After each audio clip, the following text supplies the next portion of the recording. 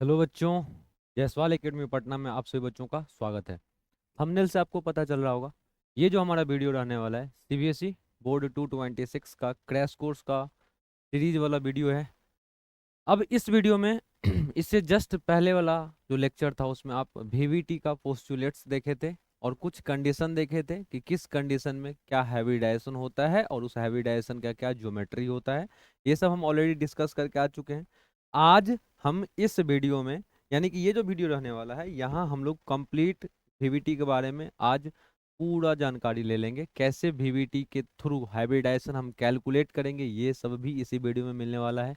जो भी हमारे चैनल पे नए बच्चे जुड़ रहे हैं, चैनल जरूर सब्सक्राइब करके अपने दोस्तों तक जरूर सेंड करिएगा, शेयर करिएगा लिंक को, ताकि आपके दोस्तों को भी आज से वीवीटी का आने वाला क्वेश्चन जो भी रहने वाला है वो मिस ना हो पाए। ये बात समझ में आ गया आप लोगों को। अब देखिए भाई, आज हम आपको कुछ बहुत अच्छा अच्छा बातें बताएंगे। यहाँ पे लिखा हुआ फॉर्मेट है, अपने हैंड रिटेन फॉर्मेट में पीपीटी बनाए, अपने से लिखे हैं भाई पूरा पीपीटी पे, जानबूझ के, क्योंकि आपको अच्छे से आप अच्छे से इन चीज़ों को कनेक्ट कर पाओ। तो बिना देरी किए हुए आज का पढ़ाई स्टार्ट करते हैं। आप लोग भी कॉपी पेन लेके बैठ जाइए। जो भी चीज़ें यहाँ बताया जाएगा अच्छे से उसको नोट करते हुए पढ़ाई करिएगा, ठीक है। चलिए और लोग के इधर, चलिए देखिए, आज का जो पहला टॉपिक रहने वाला है, ध्यान से सुनिएगा। आज का जो पहला टॉपिक रहने वाला है ये रहने वाला है कि हम किसी भी कॉम्प्लेक्स को देखेंगे तो हैविडाइजेशन तक कैसे पहुंचेंगे, यानी कि how to calculate hybridization of coordination compound. ये आज का टॉपिक रहने वाला है। साथ ही साथ जब हम हैविडाइजेशन लिखने के लिए कंसेप्ट सब अप्लाई कर रहे होंगे तो उस टाइम कुछ और प्रॉपर्टी होते हैं जो हैविडाइजेशन से रिलेटेड होता है। उन सारे प्रॉपर्टी को भी पढ़ेंगे, जैसा कि कौन सा कॉम्प्लेक्स हाइयर स्पिन होंगे, कौन सा कॉम्प्लेक्स लोअर स्पिन होंगे, कौन सा कॉम्प्लेक्स पैरामैग्नेटिक होंगे, कौन सा कॉम्प्लेक्स डायामैग्नेटिक होंगे, किस कॉम्प्लेक्स का मैग्नेटिक मोमेंट कितना होगा, ये सब यहाँ पे हम पढ़ने वाले हैं। तो आज बहुत फोकस होके ध्यान से सुनिएगा। ये जो टॉपिक रहने वाला है, कई बार आपके बोर्ड एग्जाम में क्वेश्चन लाया गया है। आपको कॉन्फिडेंस के लिए बता दूं, देखिए ये क्वेश्चन जो आज पढ़ोगे, आज जो पढ़िएगा उसी के बेसिस पे आपके बोर्ड सैंपल क्वेश्चन पेपर 2024-25, यानी कि 24-25 सेशन का सैंपल क्वेश्चन पेपर का सैंपल क्वेश्चन पेपर बोर्ड के लिए ये है आपका ओसवाल का। अब आगे देखिए, ये देखिए बोर्ड 2023 में क्वेश्चन पूछा जा चुका है, 223 बोर्ड एग्जाम में ये ऑलरेडी पूछा जा चुका है मैग्नेटिक मोमेंट निकालने के लिए। ये भी आज ही के क्लास में पढ़ेंगे। फिर आगे आगे देखते हैं भाई, तो आप यहाँ देखोगे तो आईयूपीएसी नेम लिखने बोला गया है, साथ ही साथ हाइब्रिडाइजेशन निकालने बोला गया है। तो ये आईयूपीएसी नाम किसी भी कोऑर्डिनेशन कंपाउंड का लिखना हम सीख चुके हैं। आईयूपीएसी नेमिंग किसी भी कोऑर्डिनेशन कंपाउंड का लिखना हम सीख चुके हैं, लेकिन आज जो पढ़ेंगे तो किसी भी कोऑर्डिनेशन कंपाउंड का हाइब्रिडाइजेशन कैसे निकालते हैं ये आज सीखेंगे। तब जाके आप 220 यानी 2020 यार 2020 यानी कि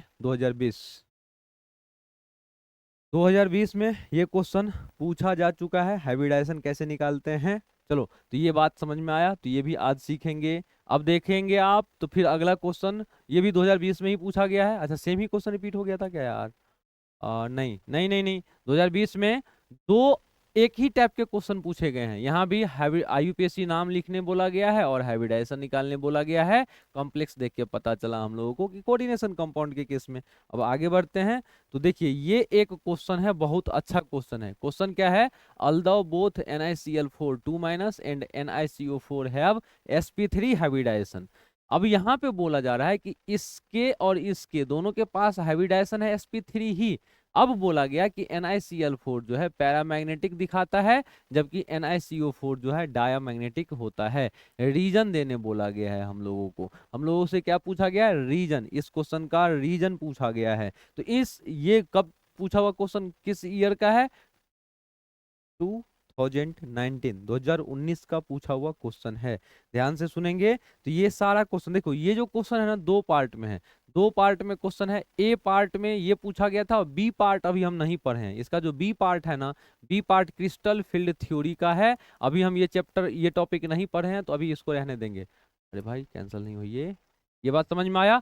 इतना सारा और भी बहुत सारा क्वेश्चन इसी सेम पैटर्न पे पूछा गया है। आप एक बार आप एक बार क्या करिएगा, तो ओसवाल का सैंपल पेपर क्वेश्चन या क्वेश्चन बैंक लेके आप, बुक आता है ना क्वेश्चन बैंक का, वो लेके आप एक एक क्वेश्चन आज के बाद वैलेंस बॉन्ड थ्योरी का लगाइएगा। आपसे एक एक क्वेश्चन 100% एक्यूरेसी के साथ बनेगा भाई।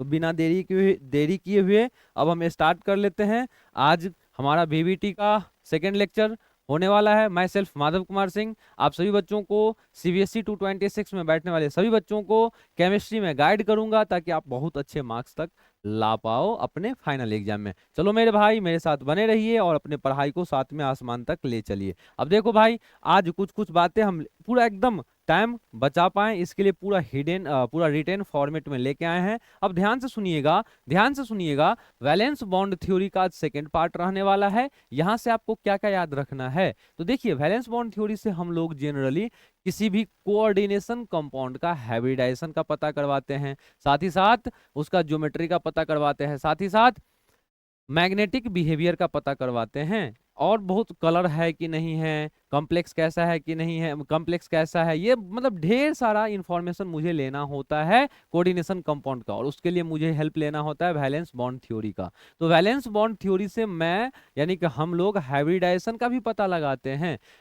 हम ये वैलेंस बॉन्ड थ्योरी से हम लोग हाइब्रिडाइजेशन का भी पता लगाते हैं। अब आपको कुछ बातें याद अगर हो जाए तो बहुत आसानी से हाइब्रिडाइजेशन आप निकालोगे। क्या बातें हैं, तो देखिए, आप एक बात तो जानते हो ना, यहाँ Cn का मतलब हुआ कोऑर्डिनेशन नंबर, Cn का मतलब हुआ कोऑर्डिनेशन नंबर। और एक बात आज के बाद से याद रखिएगा कि अगर किसी कोऑर्डिनेशन कॉम्प्लेक्स में कोऑर्डिनेशन नंबर 2 हो जाए तो उस केस में हाइब्रिडाइजेशन होगा sp, ज्योमेट्री हो जाएगा उसका लीनियर। ध्यान से, ये जो लिख रहे हैं ये क्या है, तो ये हाइब्रिडाइजेशन है। ये क्या है जी, हाइब्रिडाइजेशन है जी। और ये क्या है भाई, तो ये ज्योमेट्री है। ये क्या है, ज्योमेट्री है। अब देखो भाई, ये क्या है, Cn का मतलब हुआ कोऑर्डिनेशन नंबर, Cn का मतलब हुआ कोऑर्डिनेशन नंबर। कोऑर्डिनेशन नंबर कैसे पहचानते हैं, तो हम कॉम्प्लेक्स देखते हैं। कोऑर्डिनेशन नंबर पहचानना फिर से सिखा देते हैं, कई बार सिखा चुके हैं, फिर एक बार सिखा देते हैं।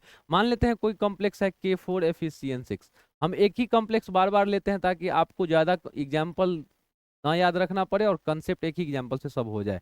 देखो भाई, आपको सबसे पहले ये कॉम्प्लेक्स दिखा तो पहले तो ये पता करना है कि है कैसा कंपाउंड। तो हम आपको एक बात सिंपल भाषा में समझाए थे कि अगर किसी भी कंपाउंड में स्क्वायर ब्रैकेट दिख जाए, मतलब बड़का ब्रैकेट दिख जाए, तो आप क्या करोगे, जैसे ही स्क्वायर ब्रैकेट दिखेगा तो समझ जाओगे कोऑर्डिनेशन कंपाउंड है। कोऑर्डिनेशन कंपाउंड पता चलने के बाद भाई मेरे, एक सेकंड रुकिएगा, माँ जी का फोन है, माँ का फोन है, एक सेकंड रुकिएगा।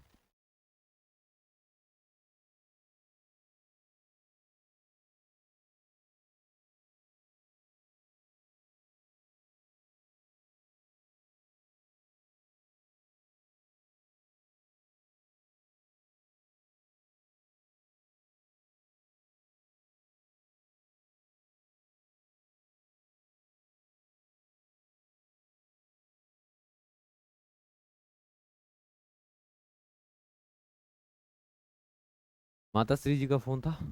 अब देखिए, ऐसा है कि यहाँ पे क्या कंडीशन है, हाँ, क्या बोले थे, कॉम्प्लेक्स देखना है और ये पता करना है, कॉम्प्लेक्स देख के ये पता करना है, यानी कि कंपाउंड देख के मुझे ये पता करना है कि कौन सा कंपाउंड कैसा होगा, है ना। तो ध्यान से सुनिएगा, जैसे ही आपको किसी भी कंपाउंड में स्क्वायर ब्रैकेट दिख जाए, वैसे ही आंख बंद करके आप बोल देना कि वो जो कंपाउंड है स्क्वायर ब्रैकेट वाला कोऑर्डिनेशन कंपाउंड होगा। अब कोऑर्डिनेशन कंपाउंड को और अच्छे से पहचानिएगा, तो कोऑर्डिनेशन कंपाउंड में स्क्वायर ब्रैकेट के अंदर एक होता है सेंट्रल मेटल एटम, और आपको अच्छे से पता है central metal atom D block वाले होते हैं। तो यहाँ आयरन जो है सेंट्रल मेटल एटम हुआ, और ये जो है सेंट्रल मेटल एटम के अलावा कोऑर्डिनेशन कंपाउंड में जो भी कुछ रहेगा, यानी कि सॉरी, सेंट्रल मेटल एटम के अलावा स्क्वायर ब्रैकेट के अंदर जो भी कुछ रहेगा उसको हम एक नाम दे देंगे लिगेंड का। किसका नाम दे देंगे, लिगेंड का। अब आपको एक बात पता करना है कि लिगेंड किस टाइप का है। अगर लिगेंड मोनोडेंटेट रहेगा, अगर लिगेंड मोनोडेंटेट रहेगा, तो मोनोडेंटेट के कारण से, मोनोडेंटेट रहने के कारण से एक लिगेंड का कोऑर्डिनेशन नंबर 1 हो जाएगा, ऐसे समझिए। अगर लिगेंड, अगर लिगेंड अब लिगेंड अगर मोनोडेंटेट हुआ, अगर लिगेंड अब कैसा हुआ, मोनोडेंटेट हुआ, तो एक लिगेंड के कारण से उस कोऑर्डिनेशन कंपाउंड का, एक लिगेंड के कारण से उस कोऑर्डिनेशन कंपाउंड का कोऑर्डिनेशन नंबर 1 होगा। वहीं पे बाइडेंटेट हुआ, तो बाइडेंटेट अगर हुआ तो एक को और एक लिगेंड रहेगा।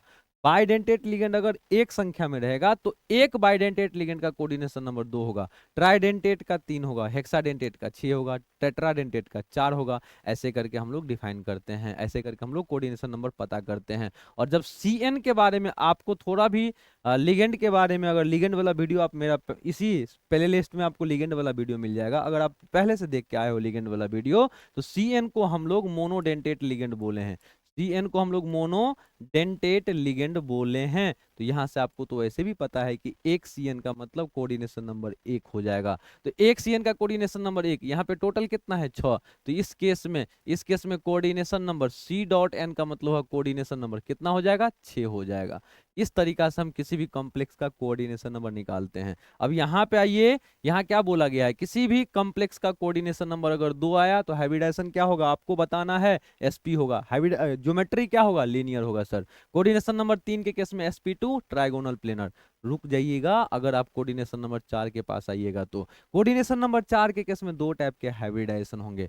अब सवाल आता है कि कब कौन सा होगा, ये तो हम अभी आगे पढ़ेंगे। अभी आप ये याद रखिए कि कोऑर्डिनेशन नंबर अगर 4 हुआ तो 2 टाइप के हाइब्रिडाइजेशन होंगे, एक का नाम होगा sp3 और दूसरा का नाम होगा dsp2। एक हाइब्रिडाइजेशन का नाम sp3 और दूसरे का नाम होगा dsp2। अब देखिए भाई, कोऑर्डिनेशन नंबर 4 के केस में 2 टाइप का हाइब्रिडाइजेशन, एक होगा sp3, दूसरा होगा dsp2। अब कब कौन, मतलब कौन कब होगा, कौन किस कंडीशन पे होगा, ये तो मैं बाद में देखूंगा। अभी बस इतना याद रखिए, कोऑर्डिनेशन नंबर 4 यानी कि 2 टाइप के हाइब्रिडाइजेशन। अगर sp3 हाइब्रिडाइजेशन रहेगा तो शेप टेट्राहेड्रल होगा, अगर dsp2 हाइब्रिडाइजेशन हुआ तो शेप मेरे भाई स्क्वायर प्लेनर होगा। कैसा शेप होगा, स्क्वायर प्लेनर। अब ट्राइगोनल प्लेनर का शेप कैसा होता है, स्क्वायर प्लेनर का शेप कैसा होता है, ऑलरेडी मैं पिछला वीडियो में डिस्कस कर चुका हूं, अच्छे से डिस्कस कर चुका हूं। तो मुझे इतना भरोसा है कि आप वो पहला वीडियो से सीख के आए हो। अब देखो भाई, कोऑर्डिनेशन नंबर अगर 5 रहा तो हाइब्रिडाइजेशन dsp3 होगा, dsp3 होगा। और यहाँ पे क्या देख रहे हो, ट्राइगोनल बाइपिरामिडल इसका ज्योमेट्री होगा। फिर रुक जाइएगा, कोऑर्डिनेशन नंबर 6 के केस में, कोऑर्डिनेशन नंबर 6 होगा तो हाइब्रिडाइजेशन या तो sp3d2 हुआ या d2sp3 होगा। और इस केस में जो ज्योमेट्री होगा स्क्वायर बाय पिरामिडल होगा, स्क्वायर बाय पिरामिडल को ही हम ऑक्टाहेड्रल बोलते हैं। अब यहाँ पे कुछ ब्रैकेट में डी डी करके कुछ लिखा हुआ है, तो याद रखिएगा dsp2 के केस में, dsp2 के केस में कौन, देखिए मुझे एक बात और पता है, मुझे एक बात और पता है कि यहाँ s का क्या मतलब हुआ और p का क्या मतलब, sp का क्या मतलब हुआ, यानी कि सर s ऑर्बिटल और p ऑर्बिटल मिक्स हुआ है, और s ऑर्बिटल और p ऑर्बिटल मिक्स होकर एक नया टाइप का हाइब्रिड ऑर्बिटल बनाया है, वो हाइब्रिड ऑर्बिटल का नाम हुआ sp। यानी कि एक s ऑर्बिटल एक p ऑर्बिटल दोनों आके मिल गया, एक s ऑर्बिटल एक p ऑर्बिटल, एक s ऑर्बिटल एक p ऑर्बिटल दोनों आके मिला। अब इसका मिलने के बाद जो बन गया ना, ये इसको हम बोलते हैं sp ऑर्बिटल। तो ये sp ऑर्बिटल जो दिख रहा है, इसका मतलब इसमें एक s ऑर्बिटल एक p ऑर्बिटल है। ये बात समझ में आया। तो इसी तरीका से यहाँ dsp2 दिख रहा होगा तो एक d होगा, एक s ऑर्बिटल होगा, 2 p ऑर्बिटल, ये पूरा मिलके एक नया ऑर्बिटल बनाया होगा जिसका नाम है dsp2। अब ध्यान से सुनिएगा, dsp2 में d ऑर्बिटल यहाँ इन्वॉल्व है, और आपको अच्छे से पता हो, अगर अगर आपको थोड़ा भी पता हो तो d के पास 5 ऑर्बिटल होते हैं, d का 5 डब्बा, d के पास कितना डब्बा होता है, 5 डब्बा होता है, 1 2 3 4 5। एक का नाम अगर डी एक्स वाई रखते हैं तो दूसरा का नाम डी वाई जेड, तीसरा का नाम डी एक्स जेड, चौथा का नाम होता है D X square minus Y square, अब पांचवा का नाम डी जेड स्क्वायर, ऐसा करके होता है। अब मैं आपसे पूछता हूं, अब मैं ही आपसे पूछता हूं कि बाबू अगर dsp2 हाइब्रिडाइजेशन हो रहा है, अगर dsp2 हाइब्रिडाइजेशन हो रहा है तो यहाँ जो d ऑर्बिटल इन्वॉल्व है, यहाँ जो d ऑर्बिटल इन्वॉल्व है वो कौन सा इन्वॉल्व है, तो याद रखिएगा dsp2 के केस में जो d इन्वॉल्व होगा वो इन्वॉल्व होगा D X square minus Y square, यानी कि ये वाला इन्वॉल्व होता है इस हाइब्रिडाइजेशन में। यही बात यहाँ से यूनिक बातें हैं, बहुत अच्छे से याद रखने वाली बातें हैं, बहुत ईमानदारी से इस चीज को याद रखिएगा, क्योंकि बहुत बारीकी से यहाँ से एमसीक्यू क्वेश्चन पूछ के आपका दिमाग थोड़ा देर के लिए सोचने पे मजबूर करवा देगा। ये बात समझ में आया? यही यहाँ पे लिखा गया है कि DsP2 के केस में कौन सा डी इन्वॉल्व है, तो dx² - y²। यही DsP3 का हाइब्रिडाइजेशन अगर रहता तब कौन सा डी इन्वॉल्व होता, dz²। अगर sp3d2 या d2sp3 रहता तो देखिए दो डी है ना, दो डी है ना, दोनों डी कौन कौन होगा, या तो dz² और dx² - y², यहाँ पे होगा। ये बातें यहाँ से याद रखिएगा। क्या याद हो जाएगा क्या? ये जो बातें यहाँ बताया गया है, यहाँ बताया गया है, यहाँ बताया गया है, ये बहुत स्टैंडर्ड क्वेश्चन आपसे आपके एग्जाम में बनाया जा सकता है यहाँ से। तो इसी प्रकार से आपको याद भी तो रखना है ना। पॉज करके नोट करिए। अब आगे आगे देखते हैं, आगे बढ़ते हैं भाई, आगे बढ़ते हैं। अब मैं आपसे एक बात बताता हूं, आप क्या करना, स्पेक्ट्रोकेमिकल सीरीज, ये वाला जो स्पेक्ट्रोकेमिकल सीरीज आपको यहाँ दिख रहा है, ये एनसीईआरटी में जो जो है उसको लेके बनाया गया है। बहुत सारे जगहों पे आप देखोगे कि इससे बाहर भी कुछ कुछ इस इनके बीच में कुछ कुछ दिखेगा, कुछ कुछ, यानी कि यहाँ जो भी चीजें हैं लिगेंड है मेरे भाई, यहाँ जो भी चीजें हैं लिगेंड है। अब यहाँ पे स्पेक्ट्रोकेमिकल सीरीज के बारे में क्या जानना है, तो कौन सा लिगेंड कितना पावरफुल है, कौन सा लिगेंड कितना पावरफुल है, कौन सा लिगेंड वीक लिगेंड है, कौन सा लिगेंड स्ट्रॉन्ग लिगेंड है। जो कम पावरफुल होगा वो वीक लिगेंड होगा, जो ज्यादा पावरफुल होगा स्ट्रॉन्ग लिगेंड होगा। तो यही स्ट्रॉन्ग लिगेंड और वीक लिगेंड को पता करने के लिए एक सीरीज में सजा दिया गया है सारे लिगेंड को, और इसी को हम लोग स्पेक्ट्रोकेमिकल सीरीज के नाम से जानते हैं। ये देसी में समझना हुआ, ये देसी में समझना हुआ। यहाँ जितने भी स्पेक्ट्रोकेमिकल सीरीज है वो एनसीईआरटी के अकॉर्डिंग है। मैं आप देख रहे होगे इसको, आपको बहुत टेंशन हो रहा होगा ये स्पेक्ट्रोकेमिकल सीरीज आपको याद कैसे होगा, इस चीज का हो सकता है आपको थोड़ा प्रेशर बन गया होगा। बट मेरे भाई क्यों टेंशन लेना है, माधव भैया है ना आपके, देखो तुरंत आपको समझ में आएगा। एक ट्रिक बता देते हैं, देखो भाई, आई से हम इन बोल देते हैं, और बिहार आओगे ना तो बिहार का नंबर प्लेट, गाड़ी का जो नंबर प्लेट होता है BR से शुरू होता है। देखिए इन माने इन तो सब जानते हैं, एंट्री किए हैं, इन इन हुए हैं। BR का मतलब बिहार का गाड़ी का नंबर प्लेट, यानी कि इन बिहार। सचिन, SCN से हम रिलेट कर दिए है सचिन को, इन बिहार सचिन। CL को हम रिलेट कर दिए हैं कल, S2 को रिलेट कर दिए हैं से, कल से। F- को रिलेट कर दिए हैं फुल, फुल एकदम फुल। OH एल्कोहल, एल्कोहल यानी कि एल्कोहल, एल्कोहल ग्रुप होता है ना OH। अब देखो भाई OH फंक्शनल, भाई फंक्शनल ग्रुप एल्कोहल। अब देखो OH, तो OH की जगह पे यहाँ पे फुल एल्कोहल ले लिए, फुल एल्कोहल। अब देखो C2O4 2- का ओरिजिनल नाम होता है ऑक्जेलेटो, ऑक्जेलेटो। तो हम यहाँ पे ऑक्जेलेटो से थोड़ा सा वैसे कुछ बढ़िया बन नहीं पा रहा था, तो ऑक्जेलेटो से रिलेटेड हम और लिख दिए, और से आप थोड़ा रिलेट कर लेना प्लीज, और से थोड़ा रिलेट कर लेना कि ऑक्जालेट लिया गया है। अब यहाँ पे वाटर को, एल्कोहल और पानी, वाटर को न्यूट्रल पोजीशन दिया गया है, ये न्यूट्रल एकदम बीचों बीच, ना तो स्ट्रॉन्ग फील्ड लिगेंड है ना ही वीक फील्ड लिगेंड है। अब देखो यहाँ क्या बन गया निमोनिक, तो इन बिहार सचिन कल से फुल एल्कोहल और पानी, ध्यान से भाई, ध्यान से, इन बिहार सचिन कल से फुल एल्कोहल और पानी, इन बिहार सचिन कल से फुल एल्कोहल और पानी, ध्यान से। NCS- को नशा तो हम रिलेट कर सकते हैं।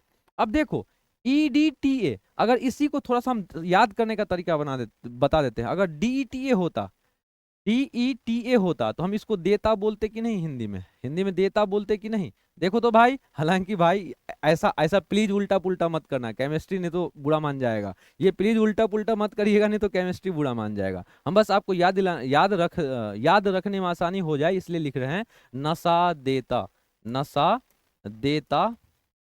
अब देखिए नहीं, अमोनिया NH3 से नहीं कर दिए, EN से इन, TN माने कमीना को।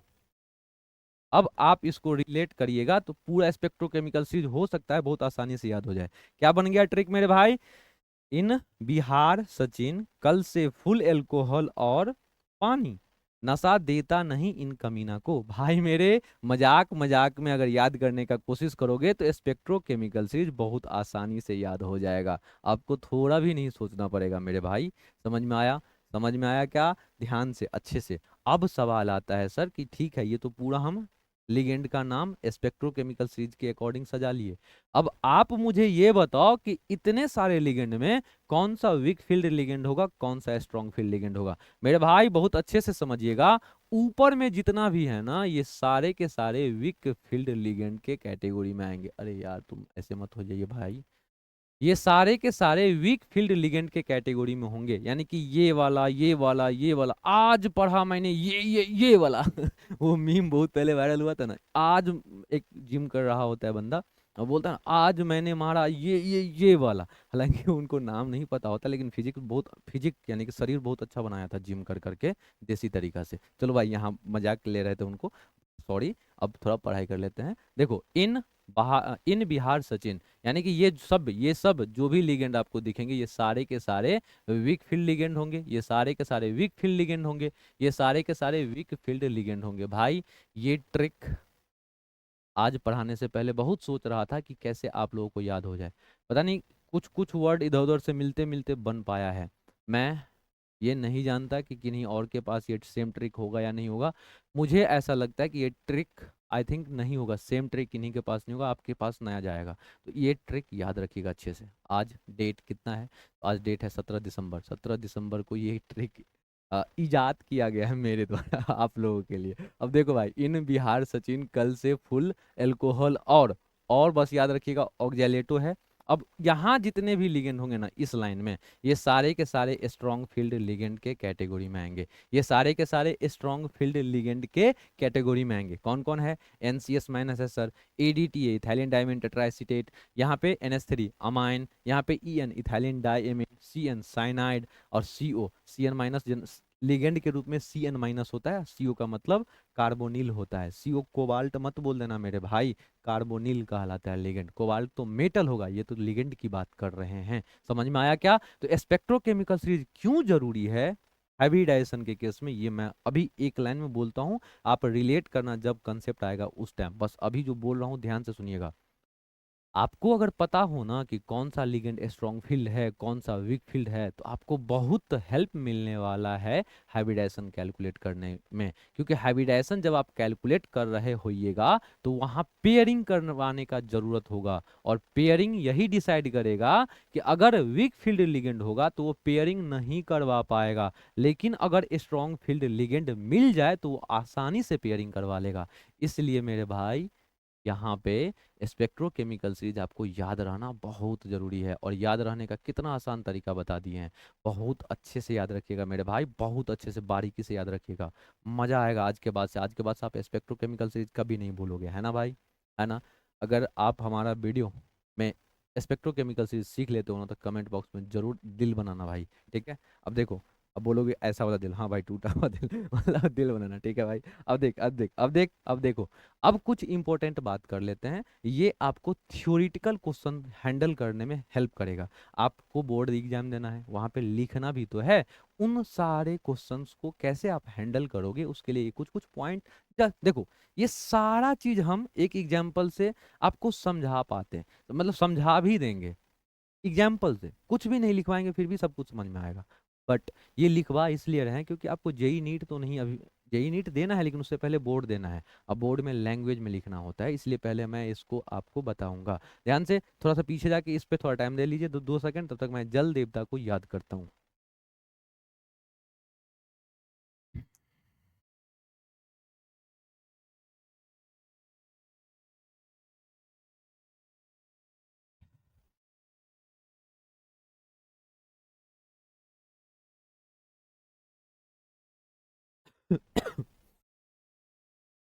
देखिए, अब हम थोड़ा सा कुछ बातें देखते चलिए। क्या है?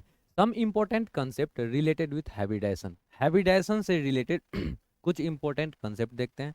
उस कंसेप्ट में क्या क्या है, तो देखिए, D orbital involved in hybridisation are. ध्यान से, हाइब्रिडाइजेशन में जो डी ऑर्बिटल इन्वॉल्व होंगे, यहाँ यहाँ कोऑर्डिनेशन कंपाउंड के हाइब्रिडाइजेशन में जो भी डी ऑर्बिटल इन्वॉल्व होंगे, ये दो टाइप के डी ऑर्बिटल हो सकते हैं। ध्यान से, हाइब्रिडाइजेशन यानी कि कोऑर्डिनेशन कंपाउंड के हाइब्रिडाइजेशन, जब हम कोऑर्डिनेशन कंपाउंड के केस में जब मैं हाइब्रिडाइजेशन निकाल रहा होऊंगा, उस टाइम दो टाइप के डी इन्वॉल्व हो सकते हैं। वो दो टाइप के डी क्या क्या है? तो देखिए, दो टाइप के डी इन्वॉल्व हो सकते हैं। अगर अगर n-1 डी इन्वॉल्व हुआ, n-1 डी का ये मतलब हुआ इनर ऑर्बिटल हुआ। ये ध्यान से, n-1 डी यहां समझा देते हैं। मान लेते हैं ये एटम है, तो इसके बीचों बीच न्यूक्लियस होगा, ये ऑर्बिट होगा, ये क्या होगा? ऑर्बिट होगा। तो आप सभी प्यारे भाइयों को पता है, सबसे बाहरी ऑर्बिट को हम nth ऑर्बिट बोलते हैं, इसके अंदर वाला ऑर्बिट को हम, इसके अंदर इसको हम बोलते हैं n-1 ऑर्बिट। इसके अंदर, इसके भी अंदर जो होता है उसको n-2 बोलते हैं, ऐसा करके बोलते हैं।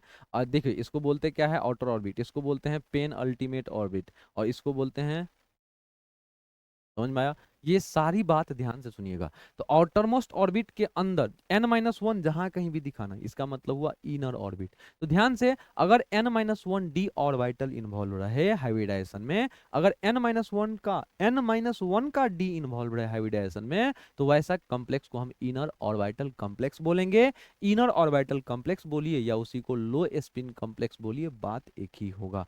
यदि n-1 डी ऑर्बिटल इन्वॉल्व हो जाए हाइब्रिडाइजेशन में, तो हम उस कॉम्प्लेक्स को इनर ऑर्बिटल कॉम्प्लेक्स या लो स्पिन कॉम्प्लेक्स बोलेंगे। अब बात करते हैं एनडी का। किसका? एनडी का। अगर एनडी ऑर्बिटल यानी कि आउटर मोस्ट का डी ऑर्बिटल इन्वॉल्व हो, एन यानी कि आउटर मोस्ट सेल वाला डी ऑर्बिटल अगर इन्वॉल्व हो, आउटर मोस्ट सेल का अगर डी ऑर्बिटल इन्वॉल्व हो, तो देखो भाई, उसको हम, उस कॉम्प्लेक्स को हम नाम देंगे हाइयर ऑर्बिटल कॉम्प्लेक्स या हाई स्पिन कॉम्प्लेक्स। क्या बोल देंगे? High spin complex. क्या बोल देंगे? High spin complex. ये बात समझ में आया? समझ में आया तो अब अगला पॉइंट देख लेते हैं। अब देखो, जब आप हाइब्रिडाइजेशन निकालोगे, अभी जस्ट इसी वीडियो में आगे भी देखोगे, जब आप हाइब्रिडाइजेशन निकालोगे ना, तो आप देखोगे कई बार आपको अनपेयर्ड इलेक्ट्रॉन दिखेगा, कई बार आपको अनपेयर्ड इलेक्ट्रॉन दिखेगा। तो अगर अनपेयर्ड इलेक्ट्रॉन दिखेगा कॉम्प्लेक्स में, तो वो कॉम्प्लेक्स पैरामैग्नेटिक बिहेवियर दिखाएगा। अगर अनपेयर्ड इलेक्ट्रॉन होगा कॉम्प्लेक्स में, तो वो इलेक्ट्रॉन पैरामैग्नेटिक होगा। और अगर पेयर्ड इलेक्ट्रॉन दिखे आपको हाइब्रिडाइजेशन के टाइम अगर अनपेयर्ड इलेक्ट्रॉन का मतलब हुआ एक डब्बा में एक इलेक्ट्रॉन, अनपेयर्ड इलेक्ट्रॉन का मतलब हुआ हाइब्रिडाइजेशन के टाइम में एक डब्बा में अगर अकेला इलेक्ट्रॉन दिख गया, तो उसको बोलेंगे अनपेयर्ड इलेक्ट्रॉन मेरे भाइयों। तो ध्यान से, अगर अनपेयर्ड इलेक्ट्रॉन दिखा, तो आप क्या नाम कहोगे? तो सर, उसको मैं एक नाम दे दूंगा। तेरा नाम पैरामैग्नेटिक रख दूं।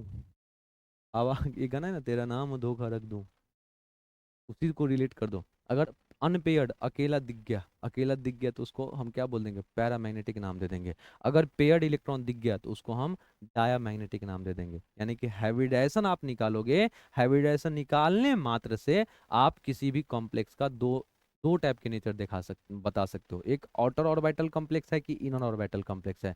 दूसरा क्या बता पाओगे? दूसरा बताओगे कि भाई साहब पैरामैग्नेटिक है कि डायामैग्नेटिक है। दो टाइप के कैरेक्टर बता दोगे ना कॉम्प्लेक्स का। कैसे? हाइब्रिडाइजेशन निकालते टाइम। ये बात समझ में आया क्या? ये बात समझ में आया क्या? पॉज करिए भाई, बहुत इंपॉर्टेंट लाइन है इस बोर्ड पे, इस स्लाइड पे, तो इसको नोट करेंगे आप सभी बच्चे। ए राजू, जल्दी से लिख रहे रे बाबा, जल्दी से लिखना रे बाबा। अब देखो, अब बात करते हैं हम, यहीं पे जब हाइब्रिडाइजेशन निकाल रहे होंगे, तो आपको किसी कॉम्प्लेक्स का मैग्नेटिक मोमेंट निकालने बोला जाएगा। जब आप हाइब्रिडाइजेशन निकाल रहे होगे ना मेरे भाई, तो आपको किसी कॉम्प्लेक्स का मैग्नेटिक मोमेंट निकालने बोला जाएगा। तब सवाल आता है कि कैसे निकालेंगे हम मैग्नेटिक मोमेंट? तो मैग्नेटिक मोमेंट निकालने का बहुत सिंपल तरीका होता है, एक फॉर्मूला होता है, mu equal to under root N into N plus two. अब बोर मैग्नेटॉन, देखिए मैग्नेटिक मोमेंट का यूनिट होता है बीएम। बीएम मतलब बोर मैग्नेटॉन। ध्यान से, म्यू यहाँ पे इस फॉर्मूला में म्यू क्या है? तो म्यू को ही हम बोलते हैं मैग्नेटिक मोमेंट। यहाँ इस फॉर्मूला में एन क्या है? तो एन को बोलते हैं number of unpaired electron. N को क्या बोलते हैं? Number of unpaired electron. और म्यू को क्या बोलते हैं? Magnetic moment. तो मेरे भाई, किसी कॉम्प्लेक्स में अगर कोई कॉम्प्लेक्स, कोऑर्डिनेशन कॉम्प्लेक्स देख के अगर आपसे ये पूछा जाए कि सर मुझे बताना है कि इसका मैग्नेटिक मोमेंट क्या होगा, तो मैग्नेटिक मोमेंट का एक वेरी सिंपल फॉर्मूला है, mu equal to under root N into N N+2 Bohr magneton. ये फॉर्मूला याद रखिएगा मेरे लाडलों, मेरे भाइयों। अब यहाँ पे पता चल गया कि यार यार इस फॉर्मूला में जो म्यू है, म्यू को हम बोलते हैं मैग्नेटिक मोमेंट। इस फॉर्मूला में जो एन है, एन को बोलते हैं नंबर ऑफ अनपेयर्ड इलेक्ट्रॉन। ये बातें समझ में आया ना भाई, ये बातें समझ में आया ना भैया जी। अब आगे देखो, अब यहाँ पे WFL लिखा है, WFL, WFL तो ध्यान से, WFL का मतलब हुआ वीक फील्ड लिगेंड। हम कुछ ऐसे थोड़ा फनी कुछ बनाने का कोशिश कर रहे थे लेकिन बन नहीं पाया, इसलिए 10 सेकंड का पॉज था। देखो भाई, week field ligand don't cause pairing, ये याद रखिएगा। जो भी आपके सामने वीक फील्ड लिगेंड होंगे वो पेयरिंग नहीं करवा पाएगा, वो पेयरिंग नहीं करवा पाएगा। वीक फील्ड लिगेंड जो भी होगा don't cause pairing of unpaired electron, यानी कि आप जब कोऑर्डिनेशन कंपाउंड में हाइब्रिडाइजेशन निकालोगे तो आपको वहां पता चल जाएगा कि किस केस में अनपेयर्ड इलेक्ट्रॉन बच रहा है और किस केस में पेयर्ड इलेक्ट्रॉन है। तो अगर अनपेयर्ड इलेक्ट्रॉन बच रहा है तो अनपेयर्ड इलेक्ट्रॉन बचे, अनपेयर्ड इलेक्ट्रॉन अगर आपको दिख भी जाए और अगर वीक फील्ड लिगेंड रहा तो वीक फील्ड लिगेंड के पास इतना पावर नहीं है कि उस अनपेयर्ड इलेक्ट्रॉन का सॉरी बच्चों, उस अनपेयर्ड इलेक्ट्रॉन का पेयरिंग करवा सके।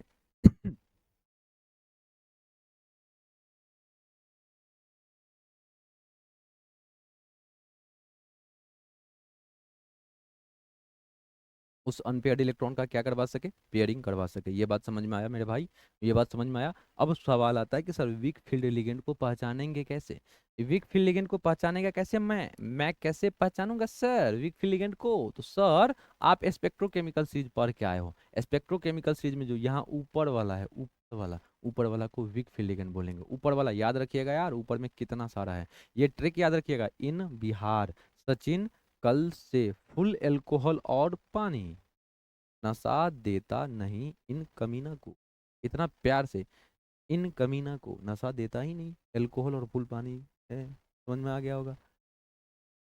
अब देखिए, अब देखिए, अब देखिए, अब देखिए, यहाँ पे बात चल रहा था ना कि week field ligand don't cause pairing of unpaired electron. अगर अनपेयर्ड इलेक्ट्रॉन रहेगा भी फिर भी पेयरिंग नहीं करवा पाता है। अब आगे देखिए, सो अगर पेयरिंग नहीं करवा पाएगा तो जो ऑटरमोस्ट सेल का डी ऑर्बिटल यानी कि ND orbital, ND orbital involve हो जाएगा हैबिटेशन में, और कॉम्प्लेक्स को हम बोल देंगे आउटर आउटर ऑर्बिटल कॉम्प्लेक्स, और इस प्रकार से हम कॉम्प्लेक्स को बोल देंगे आउटर ऑर्बिटल कॉम्प्लेक्स। तो अगर आपसे कोई डिफाइन करने बोल जाएगा, बोल दे आउटर ऑर्बिटल कॉम्प्लेक्स को डिफाइन करिए, हो सकता है आपके बोर्ड एग्जाम में पूछ दे, तो आप ये लिख देना कि since week field ligand don't cause pairing, इसलिए अनपेयर्ड इलेक्ट्रॉन जो होगा ना वो इन्वॉल्व हो जाएंगे हैबिटेशन में, और अनपेयर्ड इलेक्ट्रॉन किसका, आउटर मोस्ट सेल का एनडी ऑर्बिटल वाला इलेक्ट्रॉन इन्वॉल्व हो जाएगा हैबिटेशन में, यानी कि एनडी ऑर्बिटल इन्वॉल्व हो जाएगा हैबिटेशन में, एनडी ऑर्बिटल यानी कि outer most orbital, outer most orbital ना, आउटर मोस्ट ऑर्बिटल, इसलिए आउटर मोस्ट या आउटर मोस्ट ऑर्बिटल इन्वॉल्व है, इसलिए आउटर ऑर्बिटल कॉम्प्लेक्स हो जाएगा। क्या हो जाएगा, आउटर ऑर्बिटल कॉम्प्लेक्स हो जाएगा, या हाई स्पिन कॉम्प्लेक्स हो जाएगा, या फ्री स्पिन कॉम्प्लेक्स हो जाएगा। जल्दी से पॉज करके नोट करिए,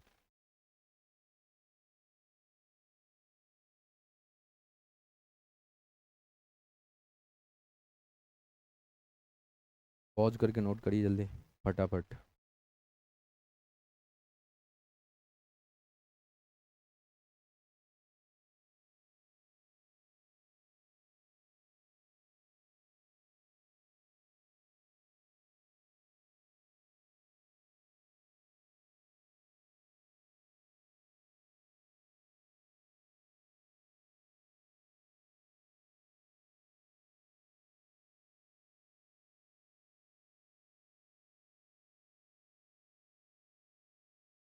ये समझ में आया।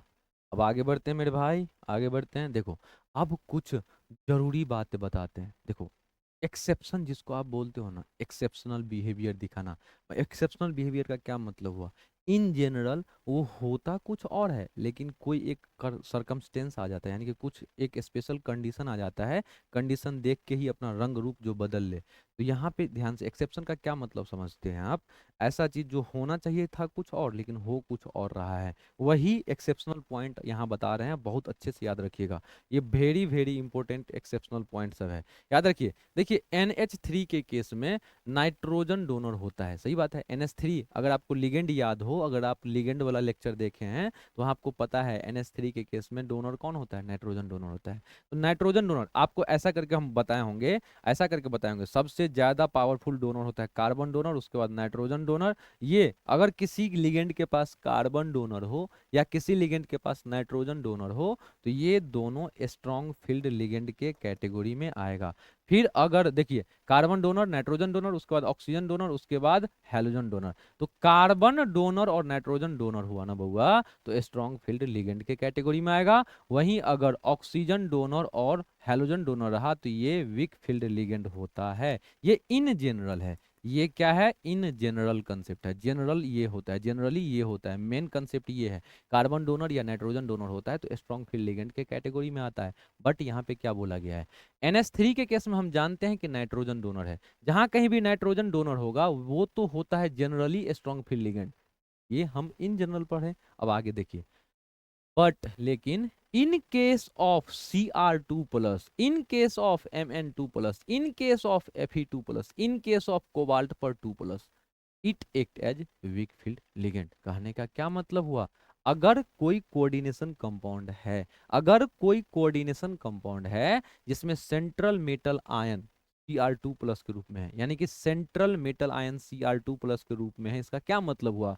सेंट्रल मेटल एटम का ऑक्सीडेशन नंबर अगर 2 आ गया, और वो सेंट्रल मेटल एटम कौन? क्रोमियम। अगर क्रोमियम वाला central metal atom, chromium central metal atom वाला अगर कोई कोऑर्डिनेशन कंपाउंड है और उस कोऑर्डिनेशन कंपाउंड का ऑक्सीडेशन नंबर अगर 2 आ गया, ऑक्सीडेशन नंबर अगर 2 आ गया, तो मेरे भाई ये देखना है कि लिगेंड कौन है। अगर कोऑर्डिनेशन सॉरी, क्रोमियम वाला, क्रोमियम सेंट्रल मेटल एटम वाला कोऑर्डिनेशन कंपाउंड हो, साथ ही साथ लिगेंड NH3 हो, तो NH3 जनरली होता था स्ट्रॉन्ग फील्ड लिगेंड। लेकिन इस केस में, इस केस में, इस केस में, इस केस में, यानी कि ये सब अगर सेंट्रल मेटल एटम में हो और ऑक्सीडेशन नंबर अगर 222 प्लस चार्ज वाला आ गया, तो उस केस में NH3 स्ट्रॉन्ग फील्ड लिगेंड नहीं होके किसके तरह बिहेवियर दिखाएगा? वीक फील्ड लिगेंड की तरह बिहेवियर दिखाएगा। बहुत अच्छा लाइन है भाई, बहुत अच्छे से याद रखिएगा।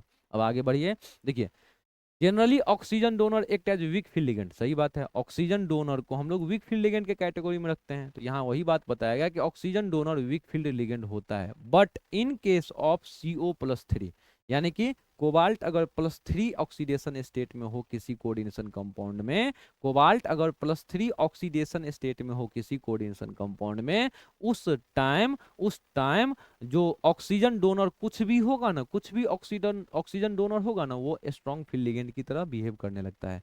क्या कहानी है? कोबाल्ट, ध्यान से, oxygen donor generally week field ligand होता है। बट मेरे भाई, अगर किसी कोऑर्डिनेशन कंपाउंड में कोबाल्ट होगा सेंट्रल मेटल एटम के रूप में, और लिगेंड अगर ऑक्सीजन डोनर हुआ, तो कोबाल्ट के कारण से ऑक्सीजन डोनर वैसे होता था वीक फील्ड लिगेंड, लेकिन कोबाल्ट के कारण से ऑक्सीजन डोनर भी स्ट्रॉन्ग फील्ड लिगेंड की तरह बिहेव करने लगता है। एग्जाम्पल आपको ये सेम एग्जाम्पल हम हाइब्रिडाइजेशन निकालते टाइम भी बताएंगे, बस अभी देख लीजिए इस कॉम्प्लेक्स को। देखिए, कोबाल्ट OX3 पर 3- है, यानी कि OX का मतलब यहाँ होता है ऑक्जालेट, OS का मतलब होता है ऑक्जालेट। और ऑक्जालेट का स्ट्रक्चर, अगर लिगेंड का लेक्चर आप देख के आए हो तो ऐसा कुछ होता है ऑक्जालेट का। ऑक्जालेट का स्ट्रक्चर कुछ ऐसा होता है मेरे भाई, ऊपर माइनस ऊपर माइनस। यहाँ देखिए ऑक्सीजन डोनर, यहाँ देखिए ऑक्सीजन डोनर, ये दोनों मेटल को अपना इलेक्ट्रॉन पेयर डोनेट करता है। ये है एक्चुअल लिगेंड का कंसेप्ट। यहाँ दोनों ऑक्सीजन डोनर, यानी कि यहाँ ऑक्सीजन डोनर है लेकिन कोबाल्ट +3 ऑक्सीडेशन स्टेट में रहे, और कोबाल्ट +3 ऑक्सीडेशन स्टेट में रहते हुए अगर किसी भी ऑक्सीजन डोनर, कोई भी ऑक्सीजन डोनर दिख जाए, तो वो वीक फील्ड लिगेंड नहीं होके स्ट्रॉन्ग फील्ड लिगेंड की तरह बिहेव करता है। यही बात यहाँ समझना था।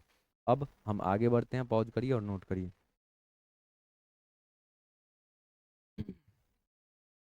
पॉज करके नोट करिए, आगे बढ़ते हैं। अब देखिए, एक और इंपॉर्टेंट बात, दो बात पढ़ चुके, एक और इंपॉर्टेंट बात, F- जो है, F- generally act as weak field ligand. जो भी F- है वो वीक फील्ड लिगेंड की तरह बिहेव करता है। आपको ऑलरेडी पता है कि स्पेक्ट्रोकेमिकल सीरीज देखेंगे तो F- आएगा वीक फील्ड लिगेंड में। लेकिन अगर किसी कोऑर्डिनेशन कंपाउंड में सेंट्रल मेटल एटम निकल हो, निकल पर अगर ऑक्सीडेशन नंबर +4 आ गया, निकल का ऑक्सीडेशन नंबर +4 आ गया, तो F माइनस भी स्ट्रॉन्ग फील्ड लिगेंड की तरह बिहेव करेगा। F माइनस भी स्ट्रॉन्ग फील्ड लिगेंड की तरह बिहेव करेगा मेरे भाई। ये बात समझ में आया? अब कुछ कुछ बातें हम आपको आपके भाषा में समझा दी हैं। देखिए, अगर कोऑर्डिनेशन कंपाउंड के केस में सेंट्रल मेटल एटम अगर जिंक हो, कैडमियम हो या मरकरी हो, जिंक कैडमियम और मरकरी हो, तो ध्यान से, जिंक कैडमियम और मरकरी सेंट्रल मेटल एटम वाले कॉम्प्लेक्स में अगर कोऑर्डिनेशन नंबर 4 हो, तो कोई भी लिगेंड रहे, कोई भी लिगेंड रहे, कोई भी लिगेंड मतलब चाहे स्ट्रॉन्ग फील्ड लिगेंड रहे या वीक फील्ड लिगेंड रहे, हमको कोई मतलब नहीं है। अगर कॉम्प्लेक्स, अगर कोऑर्डिनेशन कॉम्प्लेक्स जिंक कैडमियम और मरकरी वाला सेंट्रल मेटल एटम वाला हो, और उस केस में अगर कोऑर्डिनेशन नंबर 4 हो जाए, तो आंख बंद करके बोल देंगे हाइब्रिडाइजेशन होगा sp3, और sp3 हाइब्रिड। कोऑर्डिनेशन नंबर 4 के केस में पता है ना, दो टाइप के हाइब्रिडाइजेशन होता था, sp3 होता था और dsp2 होता था। तो अब याद रखिए, अगर कोऑर्डिनेशन कंपाउंड जिंक कैडमियम या मरकरी वाला हो, जिंक वाला हो, कैडमियम वाला हो या मरकरी वाला हो, zinc cadmium mercury central metal atom वाला अगर कोऑर्डिनेशन कंपाउंड हो और कोऑर्डिनेशन नंबर अगर 4 हो, तो आंख बंद करेंगे और एक ही चीज बोलेंगे, आंख बंद करेंगे और एक ही चीज बोलेंगे, क्या बोलेंगे? जय माता दी। यहाँ बोल देंगे भाई कि हाइब्रिडाइजेशन sp3 होगा, और शेप sp3 के केस में ज्योमेट्री कैसा होता है? टेट्राहेड्रल होता है। क्या यही बात लिखा गया है? क्या यही बात लिखा गया है? मुझे इस बात से थोड़ा भी फर्क नहीं पड़ेगा कि लिगेंड कैसा है, स्ट्रॉन्ग या वीक, इससे फर्क नहीं पड़ेगा। बस हमको पता रहेगा कि हाइब्रिडाइजेशन वहाँ sp3 होगा, और sp3 हाइब्रिडाइजेशन अगर होगा तो वहाँ शेप हो जाएगा टेट्राहेड्रल। sp3 का ज्योमेट्री होता है टेट्राहेड्रल। अब आगे बात करते हैं। अगर सेंट्रल मेटल एटम प्लेटिनम या पैलेडियम हो, central metal atom platinum platinum या पैलेडियम हो, तो ध्यान से, कोई भी कोऑर्डिनेशन कंपाउंड में सेंट्रल मेटल एटम अगर प्लेटिनम या पैलेडियम हो, और फिर वहां कोऑर्डिनेशन नंबर अगर 4 दिख जाए, तो हाइब्रिडाइजेशन dsp2 होगा। और dsp2 हुआ हाइब्रिडाइजेशन, तो इसका ज्योमेट्री होगा स्क्वायर प्लेनर। इसका ज्योमेट्री क्या होगा? Square planar. बस आपको क्या देखना है कि कोऑर्डिनेशन कंपाउंड का सेंट्रल मेटल एटम प्लेटिनम या पैलेडियम तो नहीं है। अगर प्लेटिनम और पैलेडियम रहा, अब अगला बात क्या देखना है कि अब कोऑर्डिनेशन नंबर कितना है। प्लेटिनम और पैलेडियम वाला कोऑर्डिनेशन कंपाउंड आपको दिखे, तो अगला बात आप तुरंत देख लेना कि कोऑर्डिनेशन नंबर कितना है। अगर कोऑर्डिनेशन नंबर 4 आ जाए, कितना बहुआ? 4। 4 कोऑर्डिनेशन कंपाउंड आएगा, तो आंख बंद करके आप एक जवाब देना कि हाइब्रिडाइजेशन DSP क्या हो जाएगा? 2 हो जाएगा। DSP2 का ज्योमेट्री कैसा होता है? स्क्वायर प्लेनर होता है। अब ऐसा क्यों? ऐसा इसलिए होता है, रीजन देखो भाई, सेंस यहाँ रीजन बताया गया है। रीजन क्या है इसके पीछे का? तो रीजन बस इतना सा है कि पीटी और प्लेटिनम और पैलेडियम जो है, या तो 4D या 5D का है। 4D 5D के साथ, 4D 5D का ये मतलब हुआ, या तो 4D सीरीज, देखिए डी ब्लॉक में 3 टाइप के series, 4D series, 5D series, 6D series. तो ऐसे समझिए, 4D या 5D, 4D या 5D सीरीज का कोई भी मेटल दिखे, तो उसके साथ जो भी लिगेंड रहेंगे, सभी लिगेंड का मतलब वीक फील्ड और स्ट्रॉन्ग फील्ड दोनों, सभी लिगेंड स्ट्रॉन्ग फील्ड की तरह ही बिहेव करता है। यानी कि 4D और 5D का कोई भी मेटल हो, तो मुझे फर्क नहीं पड़ता है कि लिगेंड क्या होगा, सबको हम स्ट्रॉन्ग फील्ड लिगेंड के नजरिया से देखेंगे। समझ में आया? अगर आया समझ में तो लिखो, अच्छे से लिखो, कमेंट बॉक्स में जरूर बताना है कि अब की बार 400 पार विथ माधव सर। आगे बढ़ लें? अब आगे बढ़ते हैं भाई। अब आया मेरा बारी एग्जाम्पल का। अब समझते हैं बउआ यहाँ से। देखो भाई, हाउ टू कैलकुलेट हाइब्रिडाइजेशन, पहले इससे पहले समझते हैं हाइब्रिडाइजेशन निकालने का मुख्य मुख्य कंसेप्ट क्या है। देखो भाई, हाइब्रिडाइजेशन कैसे निकालेंगे, हाउ टू फाइंड हाइब्रिडाइजेशन। अभी जो बताएंगे हाउ टू फाइंड हाइब्रिडाइजेशन, अभी जो भी बताएंगे उसको याद रखिएगा। How to find hybridisation in coordination compound, how to find hybridisation in coordination compound. अब ध्यान से सुनिएगा, सबसे पहले क्या चेक करिएगा, सबसे पहले आप कंपाउंड देखते ही पता चल जाएगा कि ये कोऑर्डिनेशन कंपाउंड है। अब सबसे पहले क्या चेक करना, सबसे पहले चेक करिएगा कि सेंट्रल मेटल एटम कौन है। सबसे पहले चेक करेंगे सेंट्रल मेटल एटम कौन है, ठीक है। उसके बाद चेक करेंगे कि कोऑर्डिनेशन नंबर कितना है। उसके बाद चेक करेंगे कोऑर्डिनेशन नंबर कितना है, ये चेक कर लेना। उसके बाद क्या करेंगे तीसरा स्टेप में, तो हम सेंट्रल मेटल एटम का ऑक्सीडेशन नंबर कैलकुलेट कर लेंगे। क्या कैलकुलेट करेंगे? ON, यानी कि ऑक्सीडेशन नंबर निकाल लेंगे। यही 3 बात पहले करना। पहला स्टेप में क्या कि सेंट्रल मेटल एटम कौन है, दूसरा स्टेप में क्या कि कोऑर्डिनेशन नंबर कितना है, तीसरा स्टेप में क्या कि सेंट्रल मेटल एटम का ऑक्सीडेशन नंबर कितना है। ये बात समझ में आया? ये बात समझ में आया? तो पहले इतना करते हैं, उसके बाद आगे बढ़ेंगे। उसके बाद देखिए पहला स्टेप, स्टेप याद रखना प्लीज यार, जब तक आप सीख नहीं लेते हो तब तक स्टेप याद रखो। एक बार सीख लोगे उसके बाद कोई स्टेप फॉलो नहीं करना है, ये मेरा ही कहना है भाई, ठीक है? मतलब मैं ही कर रहा हूँ, अभी मैं ही बोल रहा हूँ कि स्टेप याद रखना। हाँ, मैं ही कुछ टाइम बोलूंगा कि जब, कुछ टाइम बाद बोलूंगा कि जब आप सीख लेते हो, जब आप प्रो लेवल में चले जाते हो, तब ये कोई स्टेप का जरूरत ही नहीं पड़ेगा, देखोगे खट से कर लोगे, इतना स्टेप फॉलो भी नहीं करना पड़ेगा। अब यहाँ अप्लाई करते हैं। हमको कॉम्प्लेक्स दिखा, मुझे नहीं पता कि कौन सा कॉम्प्लेक्स है, तो सॉरी, मुझे कंपाउंड दिखा, मुझे नहीं पता कि कौन सा कंपाउंड है, सिंपल है कि कोऑर्डिनेशन है। तो मुझे इतना तो पता है ना यार, मुझे इतना तो पता है ना कि भाई साहब इस कंपाउंड के पास स्क्वायर ब्रैकेट है। अगर स्क्वायर ब्रैकेट है, अगर स्क्वायर ब्रैकेट है, स्क्वायर ब्रैकेट का मतलब सिंपल सा होता है, सॉरी, स्क्वायर ब्रैकेट का मतलब सिंपल सा होता है कि जो कंपाउंडवा होगा ना, कोऑर्डिनेशन कंपाउंड होगा, यानी कि ये हुआ कोऑर्डिनेशन कंपाउंड। ये बात समझ में आ गया? कोऑर्डिनेशन कंपाउंड अगर ये हुआ तो अब दूसरा चीज क्या पता करना है। अब हम रूल को फॉलो करते हैं। कोऑर्डिनेशन कंपाउंड होता है तो हम पता करते हैं कि सेंट्रल मेटल एटम कौन है, पता करिए। इस केस में सेंट्रल मेटल एटम कौन है, तो आपको बताया गया है कि स्क्वायर ब्रैकेट के अंदर, स्क्वायर ब्रैकेट के अंदर, स्क्वायर ब्रैकेट के अंदर जो डी ब्लॉक वाले होते हैं वो होते हैं सेंट्रल मेटल एटम। क्या होते हैं? सेंट्रल मेटल एटम होते हैं। अब आगे बात करते हैं, सेंट्रल मेटल एटम कौन है पहचान लिए, अब पता करिए कोऑर्डिनेशन नंबर कितना है। चलो अब ये पता करते हैं। कोऑर्डिनेशन नंबर पता करने के लिए हमें आपको एक बात बोले थे कि आपको देखना है स्क्वायर ब्रैकेट को। हम स्क्वायर ब्रैकेट को यहाँ से लेके यहाँ तक को देख रहे हैं, एकदम नजर से नजर मिला रहे हैं, नजर से नजर मिली, और तब जो तकरार होने वाला है, अभी मिलने वाला है उसका रिजल्ट देखो। नजर हम मिलाए हुए हैं इससे, स्क्वायर ब्रैकेट के भीतर हमको पता चला कि ये डी ब्लॉक वाला है, तो ये हो जाएगा सेंट्रल मेटल एटम। अब आपको बताया गया होगा, आपको मैं बताया हूं मेरे भाई कि डी ब्लॉक वाला को छोड़ देते हैं। डी ब्लॉक वाला को अगर छोड़ दे स्क्वायर ब्रैकेट के अंदर, और उसके बाद जो भी बचेगा उसको हम लिगेंड बोलेंगे। क्या बोलेंगे? लिगेंड बोलेंगे। अब आपको लिगेंड पता चल गया, लिगेंड पता चल गया तो कोऑर्डिनेशन नंबर पता करने का तरीका क्या था? लिगेंड को चेक कर लो कि कौन किस टाइप का लिगेंड है। आप देखोगे कि लिगेंड यहाँ सी एन है, और सी एन है लिगेंड के रूप में, सी एन ऐसे नहीं लिखा के सी एन माइनस के रूप में होता है। लिगेंड यहाँ सी एन दिख रहा होगा, लेकिन जब इसको लिगेंड के रूप में लिखोगे तो सी एन माइनस लिखना पड़ेगा, और सी एन माइनस मोनोडेंटेट के कैटेगरी में आता है। किस कैटेगरी में आता है?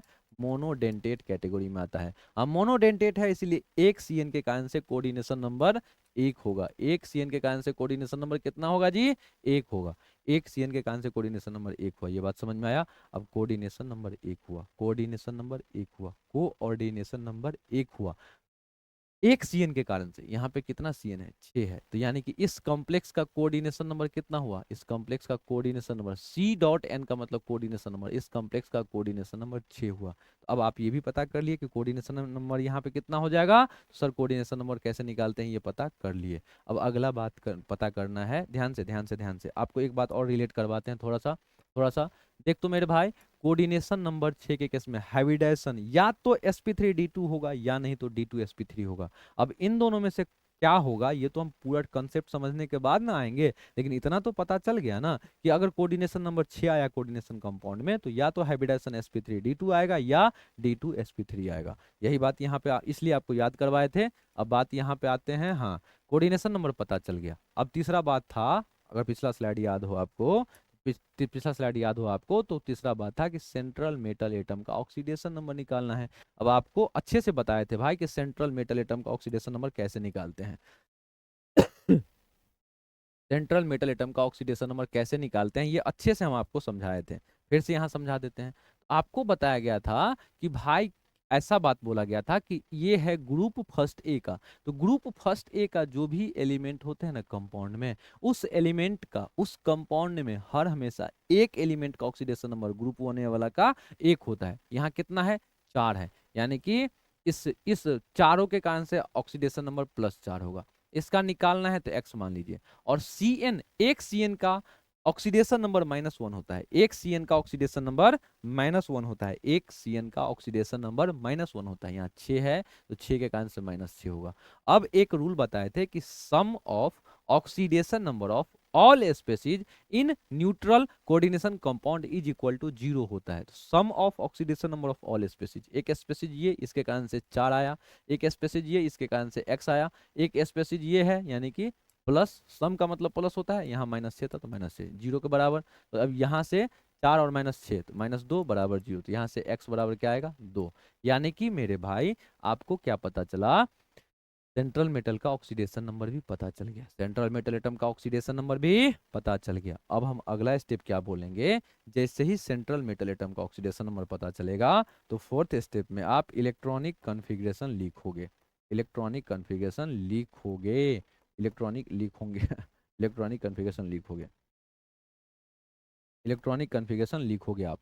अब इलेक्ट्रॉनिक कॉन्फ़िगरेशन लिखना भी सिखा चुके हैं, कैसे लिखते हैं हम एक तरीका बताए थे सर, पहले 1s लिखिएगा, फिर 2s 2p लिखिएगा, फिर 3s 3p लिखिएगा, फिर 4s, फिर 3d, फिर 4p लिखिएगा, फिर 5s, फिर यहाँ पे 4d, फिर 5p, फिर 6s, फिर यहाँ से 4d, फिर यहाँ से 5d, फिर यहाँ से 6p। इस प्रकार से हम बोले थे आगे बढ़ने 7s, फिर यहाँ पे क्या हो जाएगा 7 के बाद 5d, फिर 6 यार 5f, 6d, और यहाँ पे 7p। और ऐसे पहले इसमें इलेक्ट्रॉन देना था, फिर इसमें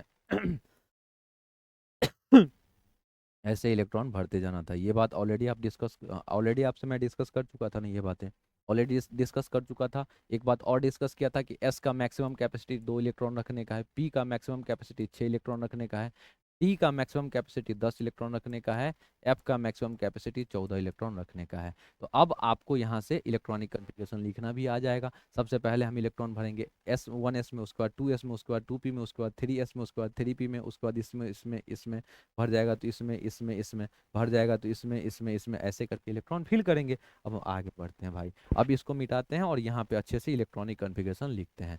ये बात समझ में आ गया मेरे सभी भाइयों को? क्या कम क्वेश्चन था, K4Fe Ke4Fe यही था ना? अब ध्यान से सुनो, ध्यान से सुनो, आप निकाल चुके हो, आप अभी तुरंत निकाले हो आयरन पे +2 ऑक्सीडेशन स्टेट। आयरन पे +2 ऑक्सीडेशन स्टेट का मतलब आयरन पे +2। अब आपको एक बात पता है, अब आप यहाँ पे क्या करो, आयरन +2 तभी ना बना होगा जब आयरन, आयरन से ही ना आयरन +2 बना होगा। आयरन का ऑक्सीडेशन नंबर सॉरी आयरन का एटॉमिक नंबर 26 होता है। सबसे पहले आप आयरन का ऑक्सीडेशन नंबर निकालना सीखो। क्या होता, सॉरी यार क्या जल्दी जल्दी हम बोल रहे हैं। सबसे पहले आयरन का इलेक्ट्रॉनिक कन्फिगरेशन लिखिए। आयरन 26 इलेक्ट्रॉन है आयरन के पास, कैसे पता चला? तो आयरन, सर आयरन को यहाँ देखेंगे अगर, तो आयरन को जैसे ही देखे तो ये न्यूट्रल है, न्यूट्रल के केस में इलेक्ट्रॉन का नंबर उतना ही होता है जितना उसका एटॉमिक नंबर होता है। इसका एटॉमिक नंबर 26 है यानी कि 26 इलेक्ट्रॉन है, यानी कि मुझे 26 इलेक्ट्रॉन भरना है। इलेक्ट्रॉन भरने का ये तरीका होता है, इलेक्ट्रॉनिक कन्फिग्रेशन में इलेक्ट्रॉन भरने का ये तरीका होता है। तब इसी तरीका पे भरते हैं। 1s, एस का मैक्सिमम कैपेसिटी 2, 1s के बाद आप देखोगे तो 2s आएगा, एस का मैक्सिमम कैपेसिटी 2, 2s के बाद अगला नंबर 2p का आएगा, 2p का मैक्सिमम कैपेसिटी 6, 2p के बाद अगला नंबर 3s का आएगा, 3s का एस का मैक्सिमम कैपेसिटी 2, तो 1s2 2s2 2p6 3s2 3p, फिर अगला 3s के बाद अगला नंबर 3p का, 3p का मैक्सिमम कैपेसिटी 6। गिनते भी जाओ, 2 2 4 6 10, 2 12 6 18। अभी बताओ, अब अगला नंबर आएगा 4s2, 4s2 का अगला नंबर आएगा 3d, और देखिए यहाँ तक 20 हो जाएगा तो 6 इलेक्ट्रॉन बचल है। डी का मैक्सिमम कैपेसिटी 10 का है, तो यहाँ 10 मैक्सिमम से मैक्सिमम, देखो 10 रोटी आप खा सकते हो, लेकिन किसी कारणवश जल्दी जल्दी में आपको 6 ही रोटी खाना पड़ो, क्या तुम नखरा करोगे या काम निकालोगे? हाँ सर खा लेंगे, क्या ही दिक्कत है। वही बात यहाँ पे भी है। तो देखिए यहाँ तक 20 इलेक्ट्रॉन भर गया। अब डी के पास तो मैक्सिमम औकात तो है कि 10 इलेक्ट्रॉन रख ले, लेकिन इसको मिलने वाला अभी फिलहाल 6 ही है, क्योंकि यहाँ 26 ही भरना था, यहाँ तक 20 हो गया। एक सेकेंड। हाँ नमस्ते भैया।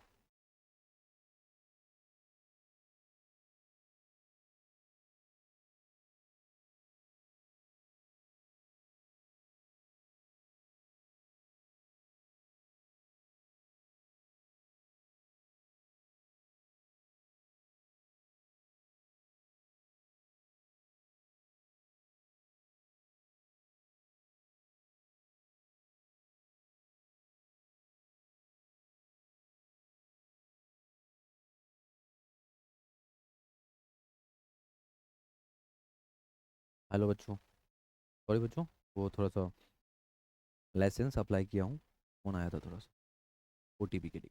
कोई बात नहीं, देखो तो यहाँ से पता चला, तो यहाँ 6 ही इलेक्ट्रॉन बचा, यानी कि 6 इसको मिल गया। देखो भाई, आयरन के पास लास्ट में 3d6 आया, यानी कि आयरन का इलेक्ट्रॉनिक कन्फिगरेशन ये हुआ। अब मैं आपको एक बात समझाऊंगा, यहाँ एस पी डी, इनके साथ जो भी मैथ का नंबर देख रहे हो ना, इसको हम बोलते हैं ऑर्बिट नंबर। यहाँ कौन कौन सा ऑर्बिट इन्वॉल्व है, यहाँ 1 दिखा यानी कि फर्स्ट ऑर्बिट, ये पहला ऑर्बिट इन्वॉल्व है। यहाँ 2 दिखा यानी कि दूसरा ऑर्बिट इन्वॉल्व है। यहाँ 3 दिखा यानी कि तीसरा ऑर्बिट इन्वॉल्व है। यहाँ 4 दिखा यानी कि फोर्थ ऑर्बिट इन्वॉल्व है। अब आपको यहाँ से डिसाइड करना है 1 2 3 4 में आउटर मोस्ट ऑर्बिट कौन होगा। तो जो एन का ज्यादा वैल्यू होगा ना, जो मैथ में एन का हाइयर वैल्यू रहेगा, उसी को हम आउटर मोस्ट ऑर्बिट बोलेंगे। इसको हम बोलेंगे आउटर ऑर्बिट। इसको हम क्या बोलेंगे, आउटर मोस्ट ऑर्बिट बोलेंगे। इसको हम बोलेंगे आउटर मोस्ट ऑर्बिट। अब देखो, ये आउटर मोस्ट ऑर्बिट हुआ तो ये क्या कहलाएगा, तो ये n-1, आउटर मोस्ट ऑर्बिट को ही हम n ऑर्बिट बोलते हैं। तो ये n-1 वाला ऑर्बिट हो जाएगा। ये क्या हो जाएगा, n-2 वाला ऑर्बिट हो जाएगा। अब ये क्या हो जाएगा, तो n-3 वाला ऑर्बिट हो जाएगा। तो इस प्रकार से हम यहाँ समझते हैं। और आपको एक बात बताते हैं, जब कभी भी मुझे इलेक्ट्रॉन हटाना होगा ना, तो हम आउटर मोस्ट ऑर्बिट से पहले हटाते हैं, और उस आउटरमोस्ट ऑर्बिट से हटाने के बाद किसी और से हटाते हैं। अब सवाल आएगा, इलेक्ट्रॉन हटाएंगे क्यों। तो देखो भाई, ये न्यूट्रल था। अब किसी भी न्यूट्रल को अगर पॉजिटिव चार्ज में बदलोगे, उतना ही पॉजिटिव चार्ज डेवलप होगा जितना हम इलेक्ट्रॉन हटा रहे होंगे। और इलेक्ट्रॉन हम हटाएंगे कहाँ से, आउटरमोस्ट ऑर्बिट से। आउटरमोस्ट ऑर्बिट वाला कौन है, 4s है। कौन है, 4s। देखो भाई, सबसे लास्ट में 3d आया, तो मिसकंसेप्शन में नहीं जाना कि 3D है सर तो सबसे आउटर मोस्ट में ये आया। नो भाई, 3D आउटर मोस्ट में नहीं आएगा, क्योंकि आउटर मोस्ट ऑर्बिट हम उसको बोलेंगे जो लार्जर वैल्यू में होगा, और लार्जर वैल्यू तो 4s का है। लार्जर वैल्यू तो 4s का है। तो 4s, अब ये ऐसा आप बोलोगे ऐसा क्यों, तो देखो भाई, ये तो भाई n+l रूल है एटॉमिक स्ट्रक्चर वाला। इस कारण से ये इनर्जी लेवल पे हम ऐसा सजाए हैं। लेकिन इनर्जी लेवल पे हमको ये नहीं पता चलता है कि हायर ऑर्बिट कौन है। हायर ऑर्बिट मुझे ये पता चलता, ऐसे पता चलता है कि कौन सा n का वैल्यू यहाँ पे ज्यादा है। यहाँ 4 का n का वैल्यू 4 यहाँ यानी कि सबसे ज्यादा है, या आउटर मोस्ट ऑर्बिट होगा। और इलेक्ट्रॉन जब भी हटाएंगे तो आउटर मोस्ट से ही हटाएंगे। अब सवाल आ गया यहाँ पे सर, कि आयरन का तो इलेक्ट्रॉनिक कॉन्फ़िगरेशन ये था, आयरन 2+ का कितना होगा, तो sir 1s2 2s2 2p6 3s2 3p6। अब देखो भाई, हमको 2 इलेक्ट्रॉन हटाना है, मुझे 2 इलेक्ट्रॉन हटाना है, तो हटाएंगे हम आउटर मोस्ट से। आउटर मोस्ट अपना ये है, तो यहाँ से 2 हटाएंगे तो इसके पास 0 बचा, यहाँ 3d6 बचेगा। इस प्रकार से हम इलेक्ट्रॉनिक कन्फिग्रेशन निकालते हैं हाइब्रिडाइजेशन के लिए। ये बात समझ में आया, ये बात समझ में आया आप सबको, ये बात समझ में आया क्या।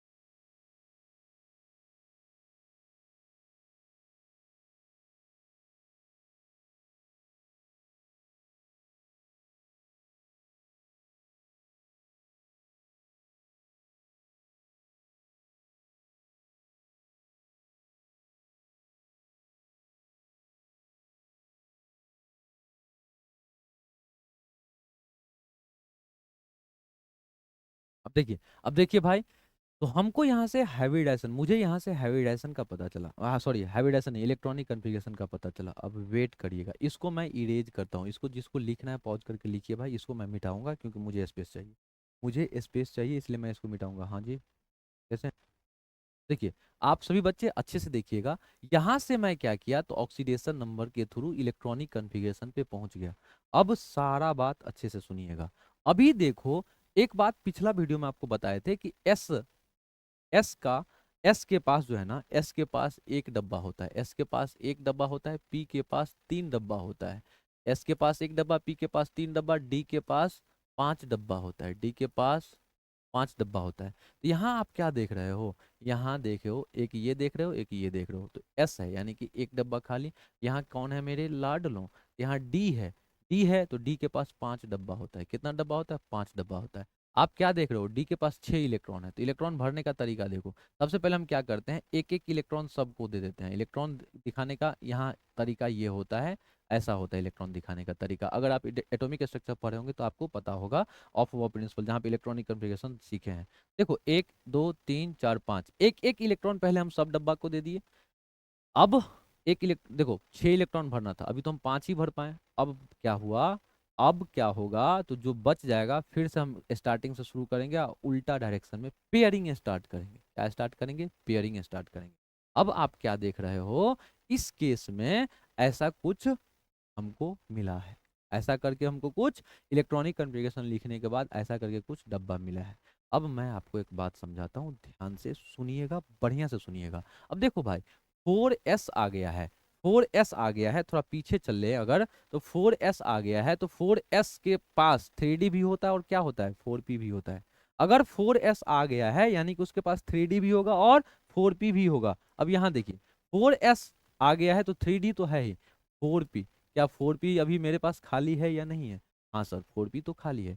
4p, p के पास कितना घर? 3 घर। यानी कि हमको पता है कि मेरे हाथों में अभी भी 3 घर है जो कि खाली है, और वो 3 घर किसका है? 4p का। ये किसका घर था? 3d का। ये किसका घर है? 4s का घर है। ये बात समझ में आया? अब आपको यहाँ पे एक बात समझना है, अब इलेक्ट्रॉनिक कॉन्फ़िगरेशन लिखने के बाद, इतना चीज लिखने के बाद आप पता करना कि लिगेंड कौन सा है। अब पता करिएगा कि लिगेंड कैसा है, अब पता करिएगा कि लिगेंड कैसा है, लिगेंड कैसा है, मतलब यानी कि वीक फील्ड लिगेंड है कि स्ट्रॉन्ग फील्ड लिगेंड है, ये पता करिएगा। आप जब देखोगे लिगेंड यहाँ पे Cn है और Cn में डोनर होता है कार्बन, कार्बन डोनर का मतलब होता है स्ट्रॉन्ग फील्ड लिगेंड। वैसे भी Cn अगर आप स्पेक्ट्रोकेमिकल सीरीज देखोगे देखोगे तो आपको पता है नशा देता नहीं इन कमीनों को, कमीनों को सबसे ज्यादा स्ट्रॉन्ग फील्ड लिगेंड होता है। कार्बोनिल के बाद जो लिगेंड होगा ना स्ट्रॉन्ग फील्ड में, वो Cn ही आता है, यानी कि Cn स्ट्रॉन्ग फील्ड लिगेंड है। Cn क्या है? स्ट्रॉन्ग फील्ड लिगेंड है। अब मैं आपको यहाँ से एक बात समझाऊंगा, अब मैं आपको यहाँ से एक बात समझाऊंगा कि इन case of strong field ligand, in case of strong field ligand, in case of strong field ligand pairing occurs, in case of strong field ligand pairing occurs, in case of strong field ligand pairing occurs। ये याद रखिएगा, strong field ligand अगर होगा तो उस case में pairing होगा, strong field ligand अगर होगा तो उस केस में पेयरिंग होगा। ये बात समझ में आया? ये बात समझ में आया?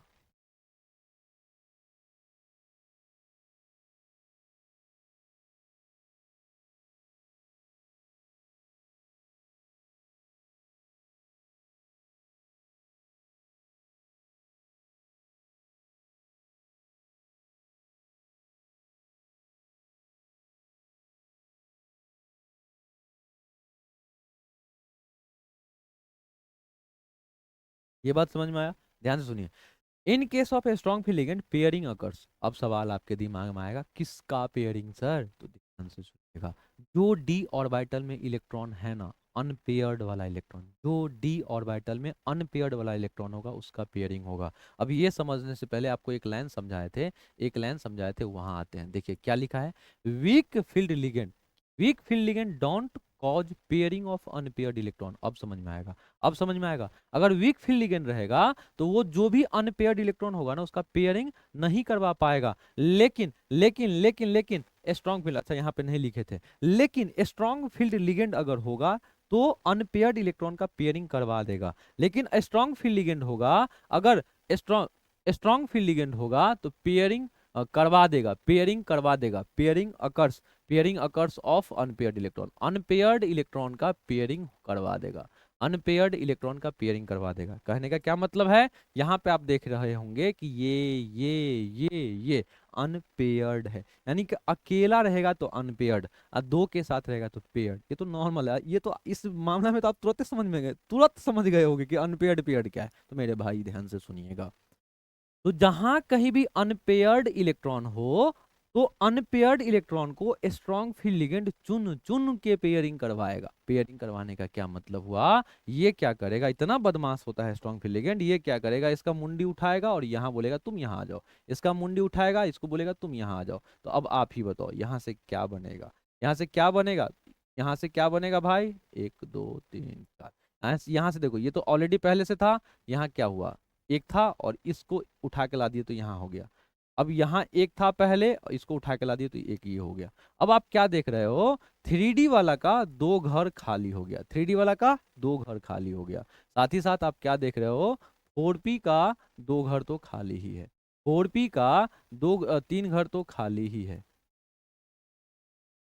4P का तीन घर तो खाली ही है। साथ ही साथ क्या देख रहे हैं आप, साथ ही साथ क्या देख रहे हैं, 4S भी तो खाली ही है, यानी कि 4S भी तो खाली ही है, यानी कि यहाँ से 3D तो खाली ही है, 4S भी खाली है, 4S का भी एक घर खाली है। तो यहाँ से हाइब्रिडेशन क्या बनेगा, देखिए यहाँ 2D ले रहा है तो D2 यानी कि D2, एक S तो S, यहाँ देखिए 1 2 3 3P, यानी कि D2sp3 हाइब्रिडाइजेशन हो जाएगा। कैसा, कौन सा हाइब्रिडाइजेशन हो जाएगा, D2sp3। यहाँ पे एक बात और बताएंगे तब, अभी जो बोले हैं, हो सकता है अभी जो बोले हैं आप एकदम खो गए होंगे कि क्या बोल दिए। ध्यान से सुनो, जब कभी भी हाइब्रिडाइजेशन करवाना होता है तो यहाँ जो कोऑर्डिनेशन नंबर है ना, जितना कोऑर्डिनेशन नंबर होता है उतना ही मुझे खाली डब्बा चाहिए, ये लिखवाना बाकी है, लिखो तो आप। जितना कोऑर्डिनेशन नंबर होता है, जितना कोऑर्डिनेशन नंबर होता है, जितना कोऑर्डिनेशन नंबर होगा उतना ही खाली डब्बा चाहिए, उतना ही खाली डब्बा चाहिए। जितना कोऑर्डिनेशन नंबर होगा उतना ही खाली डब्बा चाहिए, जितना कोऑर्डिनेशन नंबर होगा उतना ही खाली डब्बा चाहिए। तो अब आप बताओ ना मेरे भाई, अब आप ही बताओ, अब आप ही बताओ, यहाँ पे कोऑर्डिनेशन नंबर कितना है, कोऑर्डिनेशन नंबर 6 है, यानी कि मुझे कैसे भी करके 6 खाली घर चाहिए।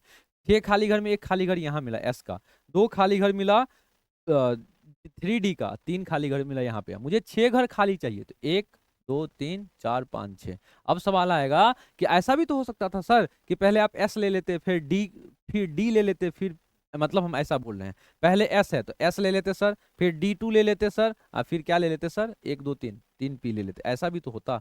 मेरे भाई कोऑर्डिनेशन नंबर 6 के केस में आप कितना टाइप का हाइब्रिडाइजेशन पढ़े थे, तो दो ही टाइप का सर। क्या क्या था सर, sp3 D2 था सर, और दूसरा क्या था, D2sp3 था सर। अब बताओ हम कैसे, हम, ये तो मेरा नहीं हुआ तो अब यही ना होगा, वैसे भी क्यों ये होगा, तो वैसे भी आप देखो ना भाई, पहले हम किसका लेंगे, मतलब पहले हम किस घर को सिलेक्ट करेंगे, तो पहले हम किस घर को सिलेक्ट करेंगे, ये बात अगर ध्यान से सुनिएगा तो इनर, अंदर वाले घर में ना भाई, जिसका एनर्जी कम रहेगा उसको ना देंगे पहले, जिसका एनर्जी कम रहेगा उसको ना देंगे पहले, तो यानी कि 3D। तो यहाँ पे हाइब्रिडाइजेशन क्या हो जाएगा, D2sp3, यहाँ पे हाइब्रिडाइजेशन क्या हो जाएगा, D2sp3, यहाँ हाइब्रिडाइजेशन हो जाएगा D2sp3। ये बात समझ में आया, ये बात समझ में आया। हाइब्रिडाइजेशन अगर D2sp3 हुआ तो इसका ज्योमेट्री क्या होगा, तो ऑक्टाहेड्रल ज्योमेट्री हो,